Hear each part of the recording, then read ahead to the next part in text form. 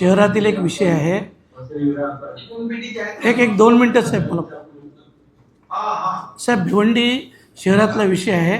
भिवंडी शहरात 3 बत्ती, वंजारपट्टी नाका, छत्रपती शिवाजी महाराज चौक इथं प्रत्येक वर्षी म्हणजे अनेक वर्षानुवर्ष पाणी भरतो।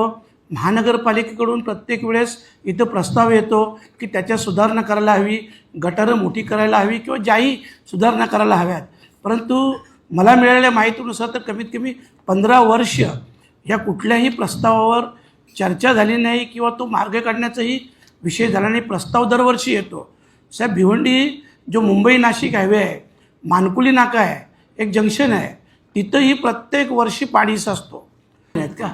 आयुक्त साहेब, हे बघा, हे जेवढे प्रस्ताव साहेबांनी सांगितलेत ना, कारण हे जे मी 3 बत्ती, छत्रपती शिवाजी महाराज चौक किंवा तो जो एरिया बोलतो नजराना टॉकीजचा, हा प्रत्येक वर्षी असतो आणि तिथं एकदा पाणी नाही भरत।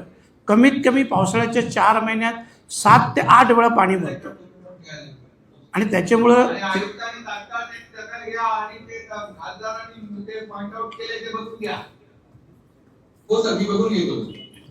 ओके, धन्यवाद साहेब।